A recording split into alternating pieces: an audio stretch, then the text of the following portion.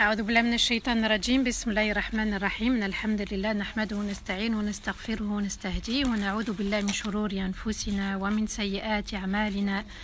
من يهدي الله فلا مضل له ومن يضلل فلن تجد له وليا مرشدا. وأشهد أن لا إله إلا الله وحده لا شريك له وأشهد أن محمدا عبده ورسوله بلغ الرسالة وأدى الأمانة ونصح الأمة وجاهد في الله حق جهاده حتى أتاه اليقين. اللهم صل وسلم على سيدنا محمد في الأولين وصل وسلم على سيدنا محمد في الآخرين وصل وسلم على سيدنا محمد في الملأ الأعلى. رب اشرح ويسر لي أمري واحلل عقدة من لساني يفقهوا قولي.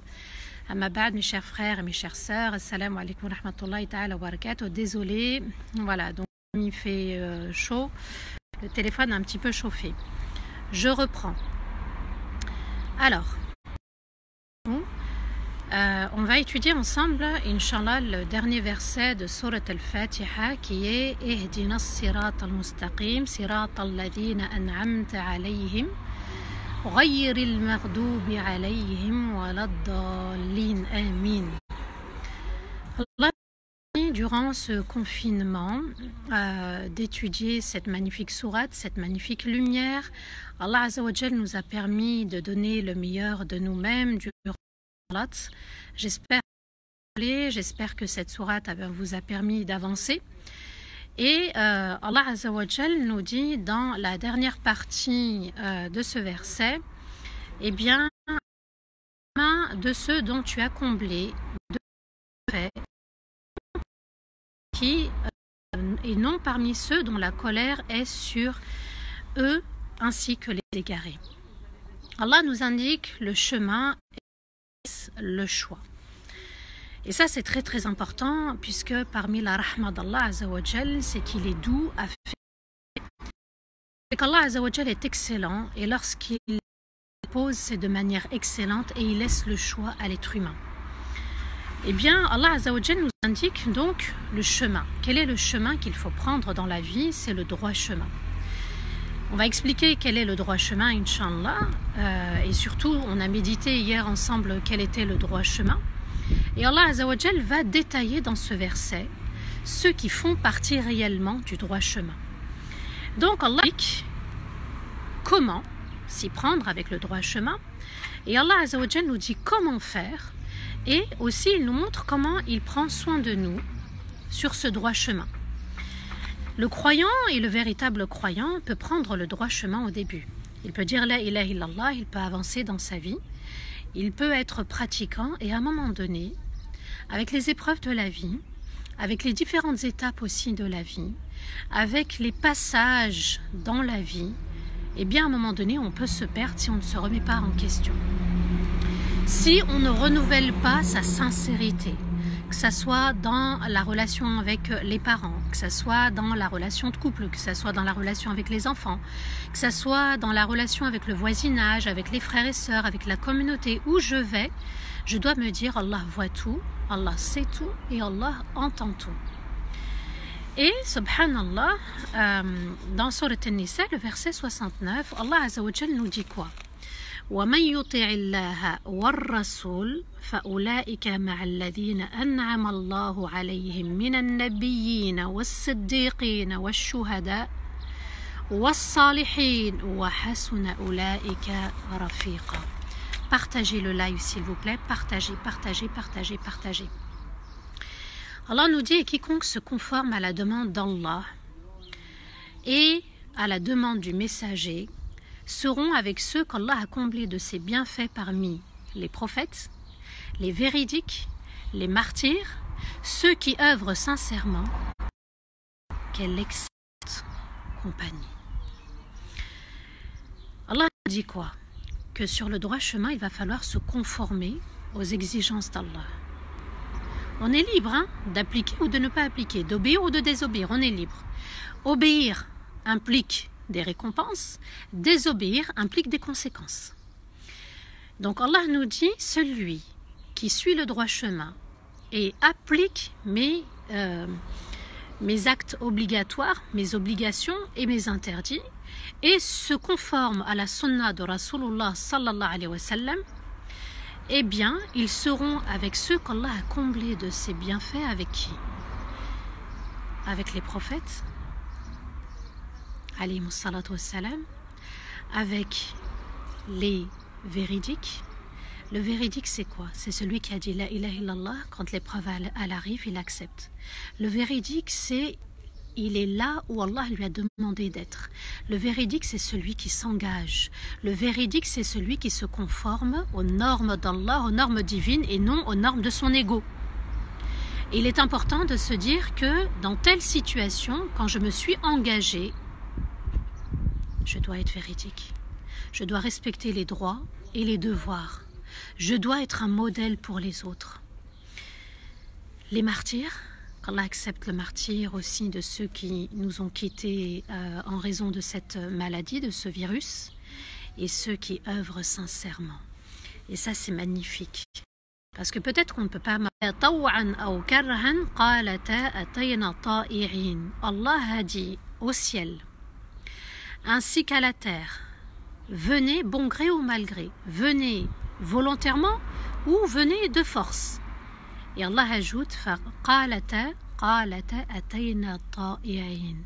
nous venons, ya Allah, nous venons à toi de manière volontaire. On accepte, on se conforme à ta demande. Les bienfaits d'Allah sur terre doivent être un moyen justement pour gagner les bienfaits dans l'au-delà. Le moyen, ça peut être quoi? Ça peut être mon voile, ça peut être ma prière, ça peut être mes invocations, ça peut être ce live, ça peut être ma relation avec mes parents, ça peut être ma relation avec la mosquée, ma relation au travail, etc. Tout ce que j'entreprends, c'est un moyen pour me rapprocher d'Allah Azza wa Jal et me rapprocher de l'au-delà. Le plus grand bienfait, c'est qu'il nous a offert sa connaissance. On a vu dans Surat Al-Fatiha qu'Allah était d'une excellente bienveillance. Il prend soin de nous de manière excellente. Alors à lui, toutes les louanges par son aide, d'accord, toutes les louanges d'admiration, d'amour et de reconnaissance. Allah Azza wa Jal nous a permis aussi de le connaître à travers ses attributs, à travers donc Surat Al-Fatiha, à travers le Coran. Ça, c'est la connaissance d'Allah Azza wa Jal. La raison pour rester sur le droit chemin, ainsi que la sagesse, j'en ai parlé hier, c'est bien d'avoir la sagesse. Elle définit quoi, la sagesse? Elle définit la justesse. Être sage, c'est être juste envers soi-même, envers l'autre, envers ma relation avec Allah et envers tout le monde, envers la création de sa majesté. Et puis, subhanallah, quand Allah me permet de bénéficier de ses bienfaits, il me fait bénéficier à travers la santé pour bien l'adorer, pour me soumettre à lui et lui témoigner de mon unicité et lui reconnaître son unicité. Allah, quand il nous dit « Ghayril maghdubi alayhim waladdallin » et non parmi ceux dont la colère est sur eux et les égarés, eh bien, Allah Azza wa Jal nous dit quoi? Ceux qui sont sous les bienfaits d'Allah sont ceux dont Allah n'est pas en colère. On va définir qu'est-ce que les gens qui ne sont pas en colère et qui ne sont pas égarés, c'est ceux qui sont épargnés. Donc, ceux qui sont touchés par les cadeaux d'Allah, par les bienfaits d'Allah, par ni'amillah, sont épargnés de sa colère. En langue arabe, al-ghadab signifie quoi? Il signifie lorsque l'âme s'agite. Ok? Donc l'âme qui s'agite, l'âme qui est en ébullition et qui a envie de se venger, c'est une âme en colère. Donc bien comprendre cet aspect-là, parce que souvent on est amené à être en colère, on est amené à se fâcher, que ce soit sur les enfants, que ce soit le conjoint, la conjointe, que ce soit peut-être les parents. On a ce sentiment à l'intérieur, même si on ne le manifeste pas par des gestes. Eh bien Allah Azza wa Jal nous dit attention à la colère. D'ailleurs, un compagnon de Rasulullah sallallahu alayhi wa sallam va lui dire « Ya Rasulallah, qu'est-ce qui m'éloigne de la colère d'Allah ?» Et le prophète alayhi salatu wa sallam lui répond « La taghdab » ne te mets pas en colère. Ça signifie quoi? Que celui qui se met en colère, Allah se met en colère contre lui. La colère de l'être humain, c'est quoi? c'est lorsque l'âme est en ébullition, le cœur est en ébullition et il a envie de se venger. Allah a une colère particulière à lui et Allah Azza wa Jal nous dit que, je vais revenir un petit peu sur la colère de l'être humain, du musulman, du croyant. Dans Surat Ash-Shura, le verset 37, Allah nous dit وَإِذَا مَا غَضِبُوا هُمْ يَغْفِرُونَ. Et lorsqu'ils se mettent en colère, ils pardonnent. Comme si Allah Azza wa Jal nous disait quoi? Que lorsque tu te mets en colère et que tu veux éteindre la colère, pardonne à la personne qui t'a offensé. C'est préférable. Parce que tu vas être agité, parce que ton âme va être perturbée, parce que tu vas dégager des mauvaises ondes, parce que ton âme va être tourmentée, tu vas y penser, la raison va y penser, par les pensées. Le cœur va y penser.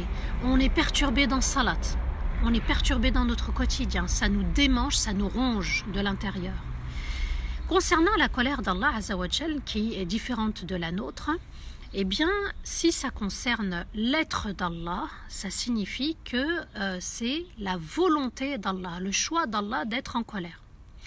Et lorsque ça concerne l'action d'Allah Azza wa Jal, il s'agit d'apporter un châtiment pour celui qui mérite d'être châtié, car il a voulu désobéir et sortir du droit chemin. Donc il s'agit là par contre de bien comprendre l'objectif de la colère d'Allah Azza wa Jal. Si on prend l'amour d'Allah, quand Allah nous aime, quand Allah aime le croyant, quand Allah aime le musulman, eh bien il y a un objectif bien précis, subhanallah, c'est pour que le musulman, le croyant, le serviteur d'Allah soit heureux dans sa vie.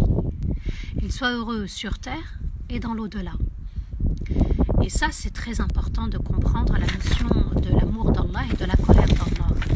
Et lorsque, subhanallah, Allah est en colère contre nous, donc c'est une volonté de la part d'Allah pour châtier celui qui mérite d'être châtié, puisqu'Allah a créé l'enfer, il nous a mis en garde, c'est justement un avertissement et un rappel. Ne dépasse pas la limite d'Allah Azza wa Jal. Sache que si tu encours ma colère, tu seras puni et châtié, alors reviens vers le droit chemin. Vous voyez que même la dernière partie de ce verset, subhanallah, elle est une rahma. Allah est d'une excellente bienveillance, il prend soin de nous, il nous dit il y a le droit chemin, comment le prendre, ressembler aux prophètes par leur histoire, être vigilant, être parmi les véridiques. Quand l'épreuve arrive, il faut être véridique avec Allah. Quand on agit avec sincérité. Et dans ce verset, il est important de comprendre le sens par un hadith du prophète alayhi salatu wassalam qui dit « Al-khayru kulluhu biyadayk wa sharru laysa ilayk » Rasulullah sallallahu alayhi wa sallam nous dit « Tout bienfait provient de toi et le mal ne t'est jamais attribué. » Donc on comprend quoi? Que le khayr il vient d'Allah et que le mal il vient de nos actes, de notre ego. Et qu'on n'a pas voulu se conformer aux lois universelles d'Allah Azza wa Jal. Donc quand on s'adresse à Allah, et puis souvent parfois vous savez dans la communauté, certains musulmans et certaines musulmanes disent voilà Allah est en colère contre moi. Et bien même dans ce verset, subhanallah, Allah n'a pas voulu dire Allah est en colère contre eux.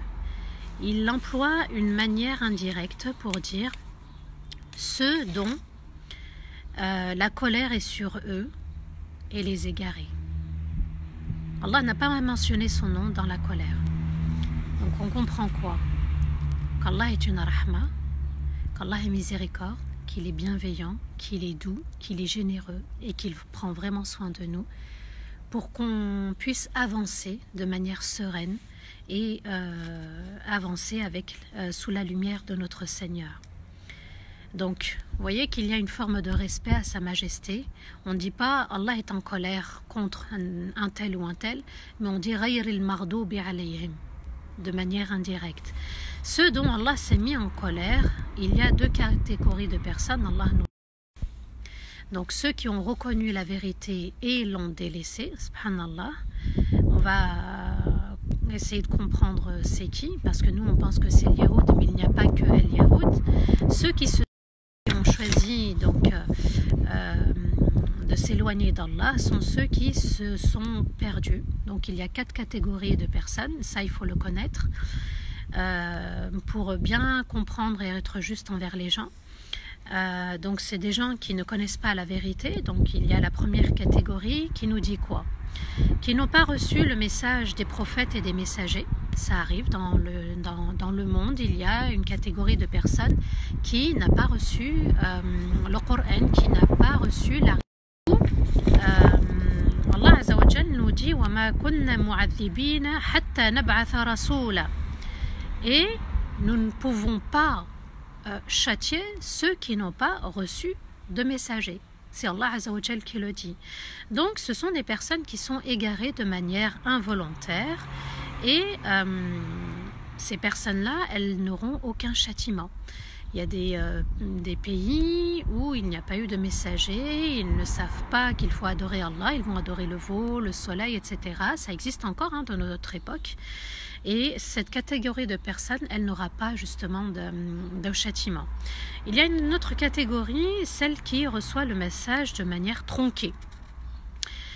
Cette catégorie de personnes égarées, eh bien, elle a reçu un message, mais on a enlevé une partie. Et il y a la troisième catégorie, celle qui reçoit le message dans son intégralité et qui utilise sa propre raison pour interpréter les versets selon son opinion. Et ils font des innovations. Et il y a une quatrième catégorie, subhanallah, et puis les savants nous expliquent qu'ils interprètent le Coran pour répondre à leur passion. Ces personnes, elles disent que le Coran, par exemple, c'est à l'époque de Rasulullah sallallahu alayhi wa sallam, et aujourd'hui, on n'a pas besoin justement du Coran, on est dans une époque moderne, etc. La colère d'Allah s'applique non seulement sur les Juifs qui ont désobéi de manière volontaire. C'est un peuple qui était à la fois dans la mécréance, dans la rébellion et à la fois soumis. Et il n'y a pas que les Juifs ou les chrétiens, subhanallah, puisque chez les chrétiens, le message a vraiment été modifié. Même dans la Torah, ça a été modifié, et sachant qu'ils avaient reçu l'arrivée de Moussa alayhi salatu wassalam, Isa alayhi salatu wassalam est venu changer, modifier certains commandements, ils n'ont pas accepté. Parmi aussi ceux qui ont encouru la colère d'Allah, il y a Pharaon et son peuple, ça il ne faut pas oublier. Il y a Qarun et les bienfaits qu'Allah lui a accordés, mais qui s'est attribué les bienfaits d'Allah. Il y a aussi les peuples des prophètes et des messagers qui n'ont pas voulu les suivre. Cette Fatiha, ce cadeau d'Allah, cette lumière, elle nous enseigne qu'il y a 3 catégories de personnes. Ceux qui sont touchés par les bienfaits d'Allah, ceux qui sont touchés par la colère d'Allah et les personnes égarées. Et cette sourate, subhanallah, qui est merveilleuse et qui est une lumière pour nous au quotidien, elle va se terminer par Amin, qui signifie Seigneur exauce. Donc toute la Fatiha est une invocation. C'est une invocation où on fait l'éloge d'Allah, où on demande justement à Allah de nous aider. Et c'est une sourate, subhanallah, qui nous aide à rester sur le droit chemin. Puisqu'on invoque Allah et on lui demande, ya Allah, garde-nous sur le droit chemin et non sur le chemin de ceux qui se sont éloignés et ceux qui ont encouru ta colère. Et subhanallah, les savants sont unanimes pour dire que cette sourate, le Amin ne fait pas partie de Surat al-Fatiha. Le Amin ne fait pas partie de Surat al-Fatiha. En revanche, Rasulullah sallallahu alayhi wa sallam nous a dit que Jibril lui a fait réciter Surat al-Fatiha, puis il lui a dit de dire à la fin Amin. Et dans une autre version du hadith, il lui a enseigné le Amin. Amin signifie, je répète, Seigneur exauce et répond. Et c'est une sunna mu'akkada. Donc c'est vrai que ce n'est pas une obligation, mais c'est une tradition du prophète alayhi salatu wassalam, et on en sera récompensé. Le prophète alayhi salatu wassalam dit, lorsque l'imam dit Amin, répétez Amin après lui. Si le Amin, écoutez bien, de l'un d'entre vous coïncide avec le Amin des anges, il lui sera pardonné ses péchés. Allahu Akbar. Juste si le Amin coïncide avec le Amin des anges. Dans un autre hadith, le prophète alayhi salatu wassalam nous dit quoi? Lorsque l'imam dit Waladdallin, dites Amin. Car les anges disent Amin, et si le Amin de l'un d'entre vous coïncide avec celui des anges, il lui sera pardonné ses péchés. Rien que ces quelques lettres. E, Mim, Ye, Nun. 4 lettres. Amin. Allahu Akbar.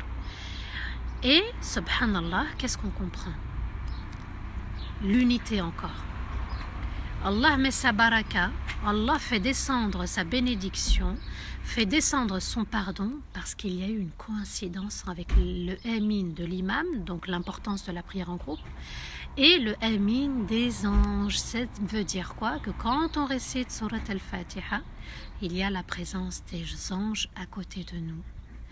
Ils vont dire Amin et qu'Allah fasse que notre Amin coïncide avec le Amin des anges. D'où, durant ce confinement, de privilégier la prière en groupe. Et d'où l'importance aussi à l'imam, que ce soit un homme ou une femme, parce qu'une femme peut guider à la maison, et bien que l'imam laisse un laps de temps. Et lorsqu'il va dire Amin, il permet à tous ceux qui sont derrière lui de dire Amin à ce moment-là. Donc on fait profiter tout le monde pour que tout le monde soit pardonné. Dans Surat al-Fatiha, c'est la clé que je voulais justement partager avec vous, eh bien il y a un dialogue merveilleux avec le Seigneur. C'est juste magnifique. Quand le croyant va réciter cette sourate, le prophète alayhi salatu wassalam nous dit dans un hadith qudsi, j'ai divisé la prière, donc l'invocation Surat al-Fatiha, en 2 parties. Lorsque mon serviteur dit Alhamdulillahi Rabbil Alamin, toutes les louanges appartiennent à notre Seigneur, au Seigneur des mondes, toutes les louanges d'admiration, d'amour et de reconnaissance appartiennent au Seigneur des mondes, Allah à ce moment-là répond, donc laissez un laps de temps avant le verset d'après, vous laissez un laps de temps et vous entendez ce qu'Allah répond à chacun. Hamidani abdi. Allah répond, mon serviteur a célébré toutes les louanges d'admiration, d'amour et de reconnaissance. Hamidani abdi. Ça mérite qu'on apprenne justement la réponse d'Allah pour pouvoir l'entendre. Il faut l'entendre, d'accord? Quand je finis Alhamdulillahi Rabbil Alamin, je dois dire intérieurement Hamidani abdi. Et dans Abdi, il y a mon serviteur, mon amour, mon croyant, Abdi, mon serviteur, celui qui s'est soumis à moi de manière humble, celui qui m'a admiré, Hamidani Abdi. Et lorsque le serviteur dit Ar-Rahman, Ar-Rahim, entendez la réponse d'Allah, Athna alayya abdi, qui signifie mon serviteur a fait mon éloge. Mon serviteur a fait mon éloge par Ar-Rahman, Ar-Rahim. Et lorsqu'il dit Maliki Yawmiddin ou Maliki Yawmiddin, peu importe la lecture, Allah répond Majjadani abdi, qui signifie mon serviteur a témoigné de ma grandeur. Il a célébré ma grandeur par ma royauté, ma majesté. Et lorsque le croyant dit Iyyaka na'budu wa iyyaka nasta'in, seul toi nous adorons et seul auprès de toi nous demandons de l'aide, Allah répond à ce moment-là Hada bayni wa bayna abdi. Ceci est entre moi et mon serviteur. comme si c'était une confidence. C'est un secret, je vais répondre, ne t'inquiète pas. Tu m'adores, vous m'adorez tous. Vous venez de faire les louanges, vous demandez mon aide. هذا بيني وبين عبدي. Ceci entre moi et mon serviteur. Un secret, une confidence. Allah nous a fait cette confidence. Et lorsque le serviteur dit Ihdina as-sirata al-mustaqim, Allah Azza wa Jal répond, son excellence répond, sa majesté répond Hada wa li abdi ma sa'al. Et mon serviteur aura ce qu'il a demandé. Allahu akbar kabiran walhamdulillahi kathiran wa subhanallahi bukratan wa asila. Quelle merveilleuse sourate et quel merveilleux bonheur et quel apaisement et quelle lumière et quelle grandeur et quel partage et quelle sérénité et quelle joie et quelle communauté, subhanallah. Donc reprenez Inch'Allah le live après, reprenez ce que je viens de dire au niveau du dialogue avec Allah. Donc quand je rentre dans ma salat, certes je dis Allah est très grand, il est le plus grand, Allahu Akbar. Je demande l'aide de mon Seigneur par Bismillahir-Rahmanir-Rahim, c'est le secret pour aller vers Allah. La Basmala, on lui demande son aide. On lui demande son aide pour rester concentré dans la salat. On lui demande son aide pour célébrer les louanges. On lui demande son aide pour l'adorer comme lui souhaite qu'on l'adore. Et il y a aussi dans Al-Hamd, le fait de dire Alhamdulillahi Rabbil Alamin, Ar-Rahman Ar-Rahim, il y a le début du chemin, parce que celui qui a une belle opinion d'Allah Azza wa Jal, il sait fermement et de manière ancrée dans sa foi qu'Allah est bienveillant, qu'Allah prend soin de lui avec excellence, que tout ce qu'il lui apporte, tout ce qu'il lui enlève, tout ce qu'il lui retire, tout ce qu'il lui redonne, toutes ses invocations, ses adorations, c'est de manière excellente. Donc voyez qu'il est important de renouer avec Surat Al-Fatiha et de se dire à travers Al-Hamd et à travers la Rahma, c'est le début du chemin. Avoir une belle opinion d'Allah, qu'il est bienveillant, il prend soin de nous. Du matin jusqu'au soir, quand on est en activité, quand on dort, quand on est à l'intérieur, quand on est à l'extérieur, qu'on soit en France, dans un autre pays, eh bien Allah Azza wa Jal est bienveillant avec excellence. Et aussi, Allah Azza wa Jal dans cette sourate nous aide dans le chemin et il nous indique le chemin de l'au-delà. Avoir un objectif. Et le plus bel objectif, c'est de rechercher la satisfaction du tout miséricordieux. Et dans cette sourate, quatrièmement, Allah Azza wa Jal nous donne le secret de l'adoration. C'est dans le Iyyaka, seul toi. Uniquement toi. Et sans toi, je ne suis rien. Et sans toi, je n'arriverai pas à tout ce que j'entreprends dans ma vie. Que je sois chef de famille, que je sois chef d'établissement, que je sois chef d'entreprise, que je sois chef au niveau d'un pays, que je suis manager, que je suis un simple employé, que je suis un imam, que je suis conférencier ou conférencière, que je suis formateur ou formatrice, enseignant, enseignante. Et Allah, sans ton aide, même médecin, même les médecins actuellement, le personnel hospitalier, et un grand salam pour eux. Et beaucoup d'admiration envers ce qu'ils sont en train de faire. Eh bien, sans Iyyaka, on ne pourrait arriver à rien. Et cinquième aussi secret dans Surat Al-Fatiha, c'est le fait qu'Allah Azza wa Jal, lorsqu'il est bienveillant, il m'indique la conduite que je dois avoir lorsque je l'adore. Faire partie des véridiques, faire partie de ceux qui œuvrent sincèrement uniquement pour Allah, ceux qui ne sont pas dans le shirk caché, ceux qui ne suivent pas les passions. On y reviendra, je vous le redis encore une fois, dans la purification de l'âme. Et ceux qui ne sont pas dans la colère d'Allah Azza wa Jal. Parce qu'Allah Azza wa Jal peut être en colère quand nous on se met en colère. Il peut être en colère contre nous quand on a entendu les versets et qu'on s'est détourné des versets. on a refusé de se soumettre à Allah. Parce que les prophètes et les messagers, leur peuple ont entendu les versets, mais n'ont pas voulu accepter. Et les égarés, ce sont ceux qui ont voulu faire passer leur passion avant, leur ego avant. Ils savent qu'ils ont des responsabilités et ils ne veulent pas les honorer. Tu es époux, épouse, tu es responsable de ton foyer. Responsable de toi-même, responsable de ton conjoint, responsable de tes enfants, responsable de tes parents. N'attends pas que les autres agissent et ceux qui n'ont pas agi, de toujours dire oui mais les autres n'ont pas agi. N'attends rien de personne. Le bonheur il vient de l'intérieur, c'est Allah qui le place. Et j'y reviendrai Inch'Allah par rapport au couple et on réexpliquera Inch'Allah le verset وَجَعَلَ بَيْنَكُمْ مَوَدَّةً وَرَحْمَةً. Allah fait descendre l'affection. On expliquera, Inch'Allah, c'est quoi l'affection. Et il fait descendre entre les deux conjoints la rahma. Si Allah fait descendre la rahma, pourquoi tu ne témoignes pas, tu ne montres pas cette rahma?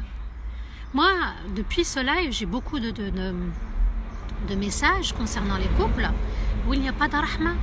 Quand on est chef, quand on est responsable, eh bien, subhanallah, Surat al-Fatiha nous dit, regardez, vous avez commencé par l'admiration d'Allah et ensuite, d'ailleurs c'est par son aide, par Bel Basmala et ensuite par la bienveillance d'Allah. Si Allah est bienveillant envers nous, alors pourquoi à notre tour on n'est pas bienveillant envers l'autre? Ne mérite-t-il pas? N'est-il pas un croyant sur le droit chemin? Ne dit-il pas la ilaha illallah? Mes sœurs, arrêtez d'en faire trop. C'est vraiment un conseil. Et messieurs, reprenez votre place. Mesdames, arrêtez d'en faire trop. Vous prenez la place parfois de vos conjoints. Messieurs, reprenez vos places. Dites les choses clairement.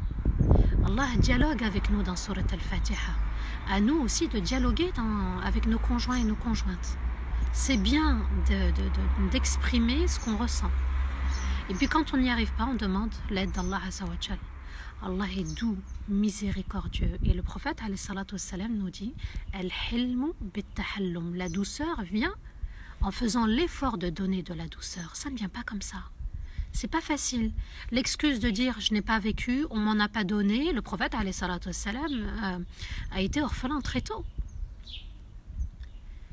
C'est vrai qu'on lui a apporté de la douceur, alors il faut qu'on s'en inspire. Soyons justes dans nos paroles. Al-Qawl al-Sadid, c'est les paroles justes. Dans les 10 commandements, Allah Azza wa Jal en parle également. Et lorsque vous parlez, parlez de manière juste. Donc sans vous blesser et sans blesser l'autre.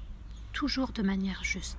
Être juste envers soi-même, c'est adorer Allah, le satisfaire, pour pouvoir être une personne qui offre de la rahma et non pas qui fait fuir les autres.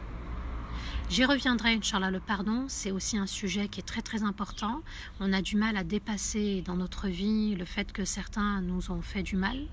Donc j'y reviendrai bi'idnillah parce que ça peut polluer notre quotidien, ça peut polluer notre âme et on a du mal à avancer dans notre vie.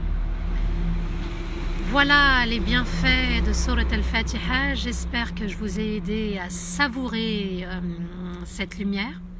J'espère que je vous ai aidé à être meilleur qu'hier dans vos prières.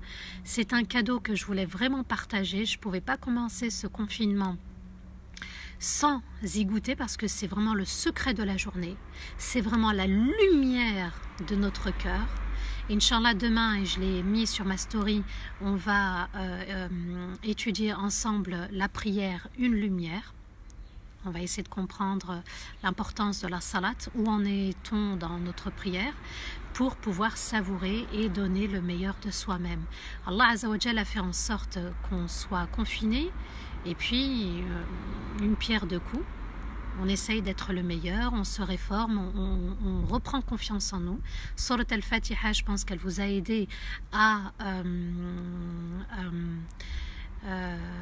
être le meilleur, à savourer les moments de la salat. J'espère que ce dialogue avec Allah, vous allez le maîtriser et vous allez entendre la réponse d'Allah Azza wa Jal. Prenez le temps, ne soyez pas pressés quand vous récitez. Récitez verset par verset de manière humble, sereine, apaisée. Peu importe ce qui se passe autour de nous, Allah gère le monde entier. Et on est dans le tawakkul, et on est dans la confiance, et on est dans l'amour, et on est dans la crainte, et on est dans l'avancement. Voilà le grand objectif du croyant, satisfaire son Seigneur pour pouvoir le rencontrer de manière apaisée et de manière joyeuse.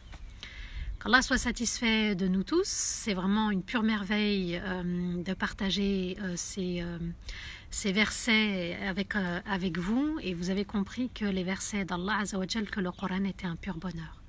C'est comme le miel, ça se savoure, ou le chocolat, ou ce que vous aimez, subhanallah, ça se savoure. Et j'espère, Inch'Allah, qu'on pourra savourer d'autres versets, d'autres hadiths de Rasulullah sallallahu alayhi wa sallam.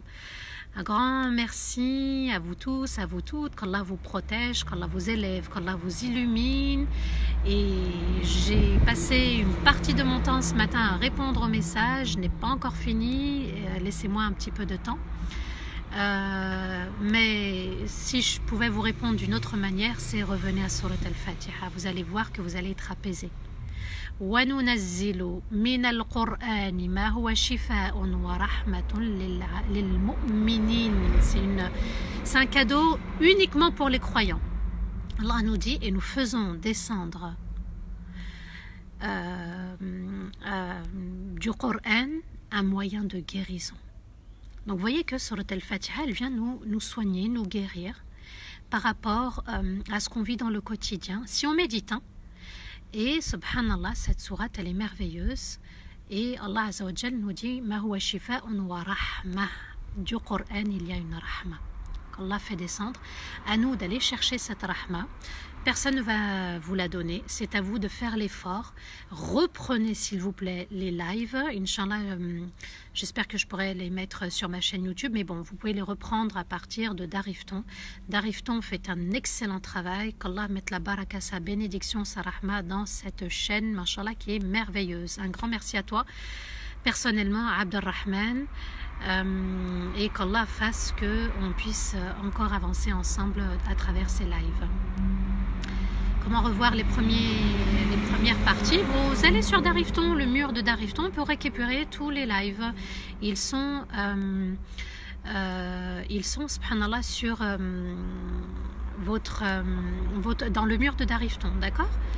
Bismillah, récupérez, enregistrez dans votre Facebook et reprenez-les attentivement et qu'Allah Azza wa Jal fasse que vos quotidiens soient illuminés par cette sourate. C'est une pure merveille. Vous savez, je vais vous faire une confidence. Lorsque mon père, Allah yarhamou, était sur son lit d'hôpital et qu'on lui avait annoncé le cancer généralisé et qu'il lui restait vraiment quelques jours, il s'est plaint à un moment donné de sa tête. Et j'ai attendu que tout le monde sorte, subhanallah, et pendant qu'il dormait, j'ai posé ma tête sur son front et je me suis mise à réciter.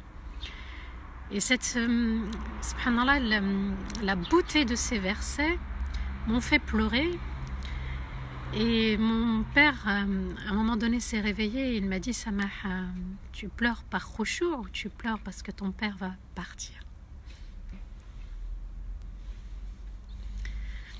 Et là, je lui ai dit, non, papa, j'ai pas voulu l'inquiéter plus qu'autre chose, parce que quand on a la douleur, on évite de réfléchir, on évite justement que les autres aient de la peine. Et je lui ai dit, papa, je te souhaite uniquement le paradis. Et subhanallah, ça l'a soulagé, ça lui a fait du bien. Donc, si vous avez un malade ou une douleur, ou voilà, bismillah, mettez la main, ça soigne par l'aide d'Allah. Avec bismillah ar-Rahman ar-Rahim, c'est lui qui permet la guérison, c'est lui qui permet la rahma, c'est lui qui permet d'être exaucé, c'est lui qui permet justement qu'on puisse savourer cette sourate et s'en remettre à lui de manière noble et de manière juste. Voilà.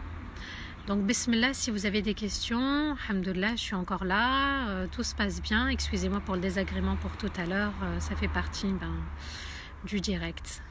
C'est la 15e nuit de Sha'ban, on peut prier aussi. Oui, levez-vous la nuit, 1 heure, 2 heures avant le Fajr, et puis Qiyam al-Layl, Qur'an, Dhikr, et voilà, demandez surtout le pardon d'Allah, c'est le pardon d'Allah qui descend.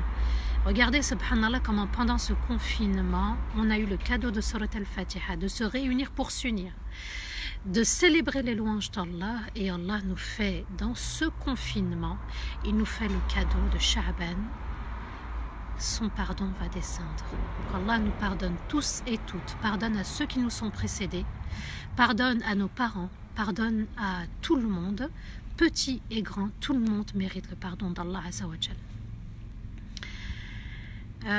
Oui, Allah yarhamou, barakallahu fikum, qu'Allah vous récompense pour vos doigts.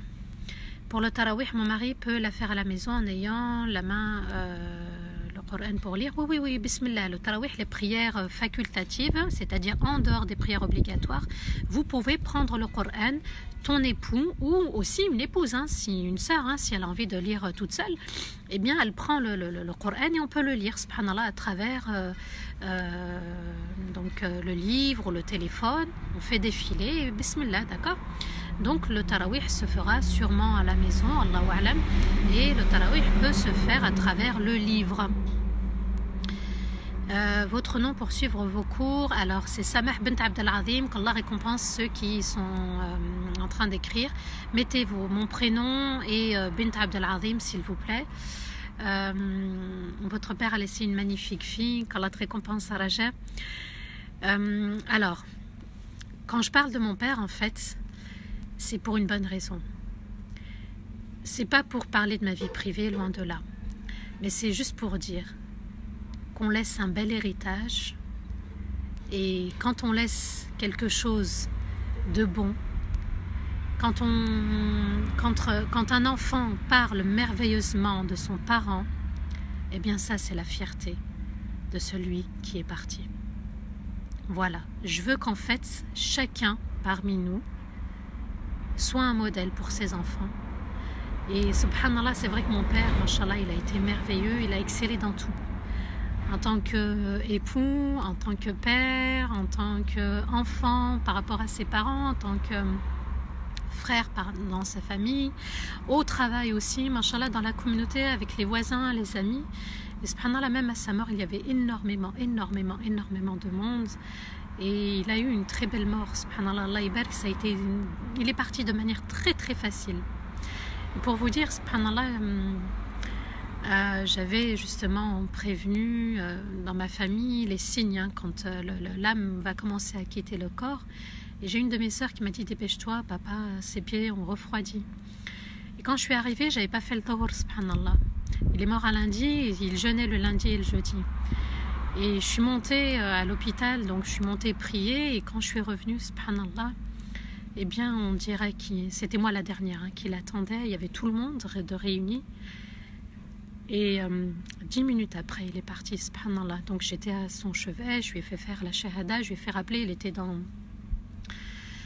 n'était pas conscient, et subhanallah, quand il est parti, et j'ai pu assister. Ça a été vraiment, en fait, ma hantise, et j'invoquais Allah, je disais: ya Allah, pourvu qu'il ne parte pas quand je donne une conférence, ou quand c'était vraiment quelque chose qui me tenait à cœur, et il est parti, et j'étais la dernière à arriver. Vous voyez que Allah est excellent quand il est bienveillant, quand il prend soin de nous.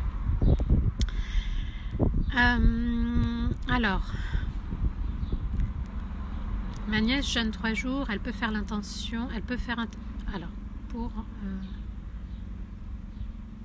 non, alors ce qui est à rattraper de manière obligatoire, c'est à part par rapport à Sawm al-Sunnah, d'accord, faut bien dissocier les deux.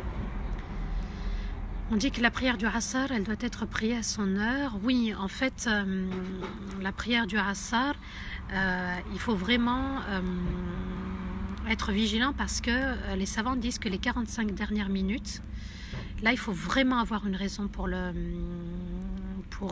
pas prier à l'heure. D'accord, soit un rendez-vous, il faut vraiment avoir une excuse. Amin, amin, amin pour mon papa, barakallahu fikum. Comment parfumer sa tombe?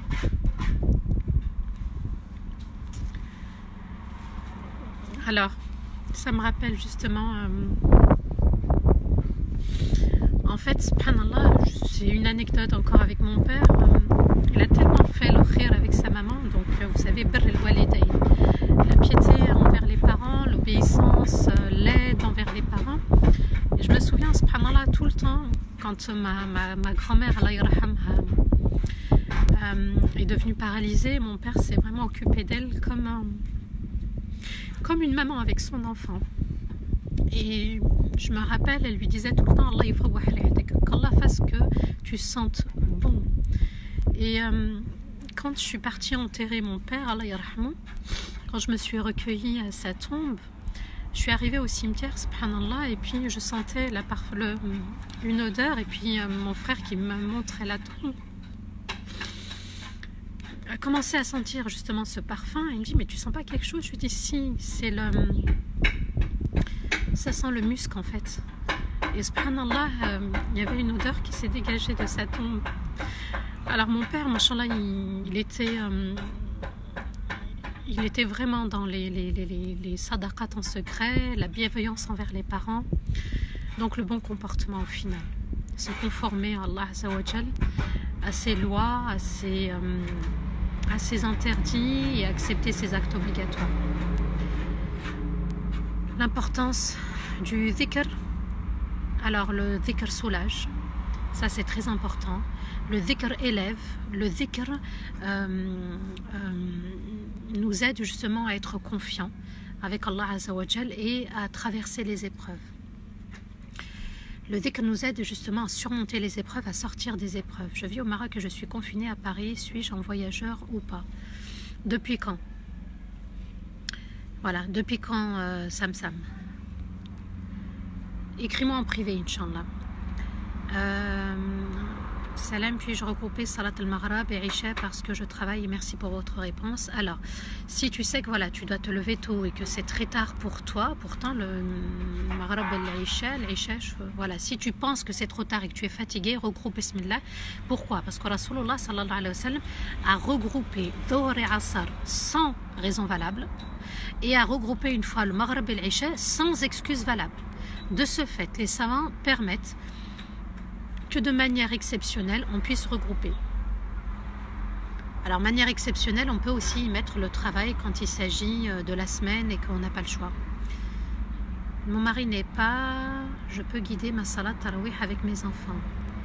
Oui, oui, tu peux, Urti. Bismillah, tu peux. Tu peux nous donner le nom du site pour lire le Coran. Alors, moi, j'ai une application qui s'appelle Khatma. Il y a d'autres applications. Bismillah, vous avez le téléphone et puis vous faites défiler. Merci à ceux qui ont mis mon nom et mon prénom. Aura-t-on le plaisir de te revoir pour d'autres directs? Oui, ben, tant qu'on est confiné. Bon, après le confinement, j'ai eu une proposition. Bismillah. On verra, Inch'Allah, faites dua et qu'Allah accepte. Faisant la prière, la lecture du Coran. Ah, tu répondais. Amin, amin, amin. Wa alaykoum salam. Amin. Merci à cœur. Qu'Allah te récompense.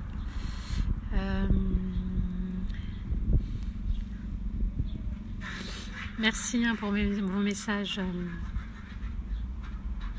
en privé. Dalila, oui, en privé. Bismillah.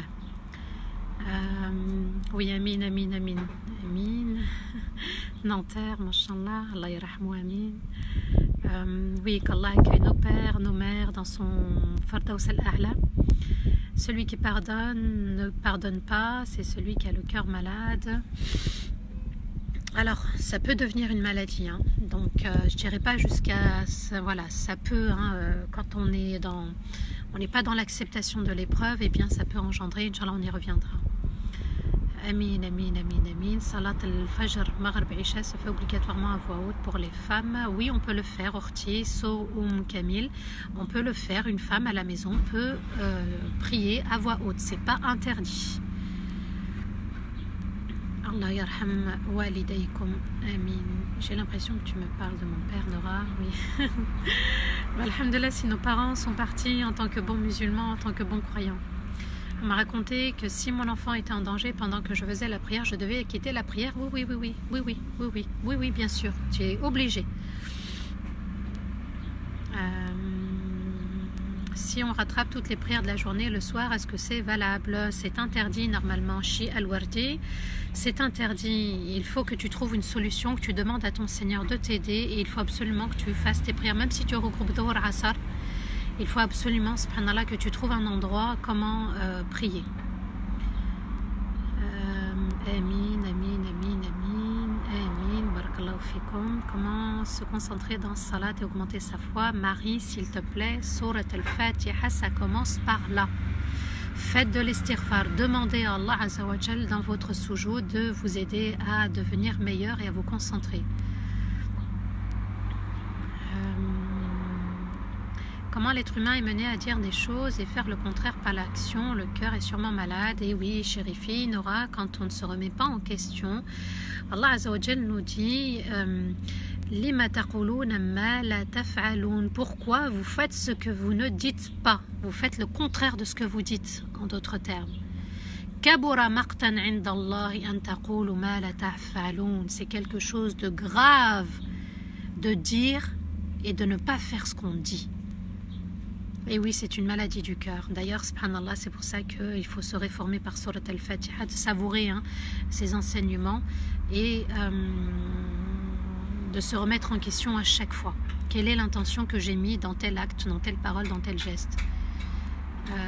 Alors, c'est quoi ton Facebook? Alors, mon Facebook, voilà, il a d'utilité, il est public que si je poste des trucs, par exemple, la formation que je fais, donc que j'anime, que je présente, la formation Entre deux cœurs à l'échelle nationale. Donc là, je vais poster par exemple aussi mes conférences, où est-ce que je me déplace. Sinon, moi, je vous envoie plutôt sur ma chaîne YouTube. Donc là, vous allez trouver les 99 noms d'Allah, Tafsir Surat al-Fatiha en plus profond. Mais déjà, ce que je vous ai donné, là, c'est vraiment un grand trésor. Qu'Allah nous facilite, oui, Amin. On peut te suivre comment? Par message privé. Oui, envoyez-moi un message privé, un vocal si vous voulez. Je vous répondrai de manière vocale. Pour moi, c'est plus rapide. Je te suis avec ma nièce de 7 ans. Elle demande comment ça se passe quand Allah est en colère. Eh bien, quand Allah est en colère, il a choisi d'être en colère. Et puis, ça sera un châtiment dans l'enfer, tout simplement. Ok? Donc, nous, c'est une mise en garde. À nous de nous poser la question, est-ce que je suis sur le droit chemin ou non? Quelle est l'importance de la prière nocturne? Alors, justement, ça tombe bien puisque cette nuit, b'idhnillah, qu'Allah nous permette de le mentionner, de célébrer ses louanges, eh bien, Allah Azza wa Jal se rapproche de nous. Je préfère dire ça que de dire descend. Allah se rapproche de nous au dernier tiers de la nuit et il dit que celui qui veut m'invoquer, il a une demande qu'il demande. Et celui qui cherche mon pardon, qu'il demande pardon, et Allah va exaucer. Et subhanallah, ce qui est merveilleux dans Salat al-Layl, c'est que, vous savez, les maisons où on célèbre cette prière, eh bien les anges du haut de sept cieux voient chaque maison, comme une étoile, comme nous on voit les étoiles dans les cieux. Allahu Akbar. La salat dite en français est-elle valable? Non. Comment montrer à une personne qu'elle ne se remet pas en question? Essayez toujours le bon comportement, l'art et la manière, le moment choisi, les bons mots. Et oui, nous sommes faibles mais on peut être forts. On est une communauté forte. Iyyaka na'budu wa iyyaka nasta'in. Les lives, c'est tous les jours du lundi au dimanche à 15 h, je le redis. Est-ce que vous pourriez voir mes messages sur Messenger, Farida? Oui, je sais, je vais te répondre, bi'idhnillah. 1000 excuses. Je réitère ma question. Comment je n'ai pas de réponse? Pourriez-vous faire un dars sur le pardon? Inch'Allah, oui. L'importance de pardonner. Je l'inclurai dans un... On verra, Inch'Allah, mais suivez-moi. Comment faire pour que ma fille reprenne la salat? Trouver les mots justes pour ouvrir son cœur. La Fatiha, s'il te plaît.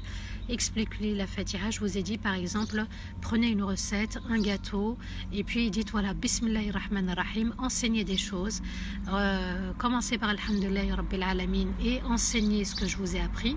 Et puis tout le long jusqu'à la fin. Et quand on sort le gâteau, Alhamdulillah, c'est la faveur d'Allah. On fait partie de Alladhina an'amta alayhim ghayril maghdubi. C'est Allah qui nous a facilité ce gâteau. Comme il a facilité. Reprenez Surat al-Fatiha. J'ai envie de mettre le voile, mais je n'arrive pas à sauter le pas. Demande l'aide d'Allah. Fais beaucoup d'istighfar. Il faut que tu aussi définisses une intention, un objectif. Pourquoi tu le mets? Une raison. J'y reviendrai, Inch'Allah, le voile. je fais le ramadan, Sha'ban, après c'est 13, 14, 15, oui. Pourquoi on ne doit pas réciter à voix haute le Asr et le Dhuhr? C'est la loi d'Allah. C'est comme ça. Il y a des moments, il ne faut pas chercher à savoir le pourquoi du comment. Il faut aussi ne pas tomber dans ce piège de shaitan, parce que celui qui dit Sami'na wa ata'na, nous avons entendu et nous nous soumettons, il est humble, il reste humble.